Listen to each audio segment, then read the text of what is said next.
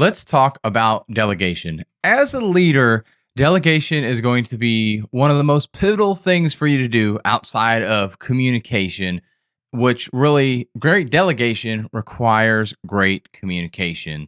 But how do we even start with delegating? And I really want to talk to you solopreneurs right now, those of you that are just getting into leadership, that you really haven't actually started delegating tasks. So, what's the first thing that we can do if it's a task for us that we need to start offloading? Because as a solopreneur, we are wearing multiple hats. As a beginner leader, we're wearing multiple hats, and we've got a lot of projects now on our plate that we can't do ourselves. And we shouldn't be doing ourselves because we are that leader, we are that owner of the company. So, how do we do that? Well, first thing you want to do is write down every single task that you do. Think about your 1 week of things that you do, things that are commonly occurring, and not things such as bathroom breaks or going to get something to eat. Unless if you're really that high level, then maybe you're going to start thinking about the eating portion. Bathroom, you can't delegate that. You just got to do that on your own. But when it comes to eating, maybe you're getting people to bring you food, stuff like that. But we're not that far into this delegation process. You're just trying to get things off your plate. So think about those things that are a daily thing that you do. Email management, calendar management, reaching out to people. Maybe you are having to do social media, creating content. What are those things that you are doing? Think about those daily and weekly tasks that you are constantly doing and write every single one of those down. Now that you've written every single one of those down, the next thing that we want to do is order these from most time consuming to least time consuming. Why we want to do this is because we're going to try and make sure we know how much time we're actually spending on this. And if you don't know, take a step back real quickly and go through your week and track everything that you do. And then you can add in the time there, because maybe you thought, oh, I only spend maybe 2 hours a week on social media. And actually, I'm spending 6 hours a week. And maybe that bumped that above something else. But regardless, you can do a time study real quick, but you probably know pretty well what takes you more time than what doesn't. So make sure you're ordering that from most amount of time taken down to least amount of time taken. Now, the third thing we want to do is we want to mark the things with a $ that make us money of all those tasks, and then put a star or an X or whatever you want next to those things that you completely hate.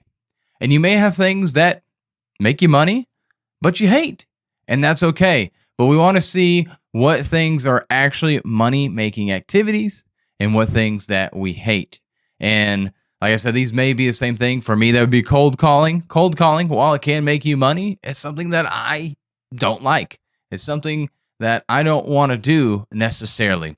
But we're trying to get and figure out what things that we can delegate. So now we've gotten the most to the least amount of time something takes. We now know what makes us money. We now know what we don't like. And so what we can finally do, the fourth thing that we can do here, and this is where we're going to start actually to delegate these tasks, is take a look. What things do you hate that are also the most time consuming?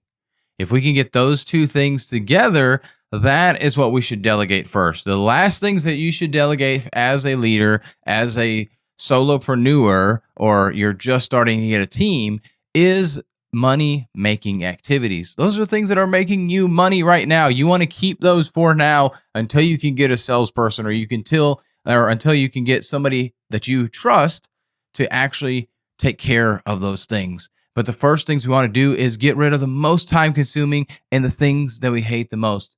And it might not actually be the same thing. Sometimes the most time-consuming things are something maybe we want to keep. And I'm not saying it should be the most time-consuming thing that you get rid of. But if let's say you've got a list of 10 things and everything you hate is at the very bottom of the list, maybe those are things you don't delegate yet. So look at that. You're going to have to kind of guess on this a little bit, and you can decide your own way. But I like to get rid of things that are more on the hate to do and very time consuming first. And then if the hate to do things are kind of at the bottom because maybe it's emails, but it really doesn't take me a lot of time to do emails, I'm going to go for something that is more time consuming for me. Because when we're delegating, we're trying to get rid of things so we can buy back our time. We're essentially buying somebody to be able to do work for us. So we want to make sure we're looking at those things that take the most time. And you could go either way on this.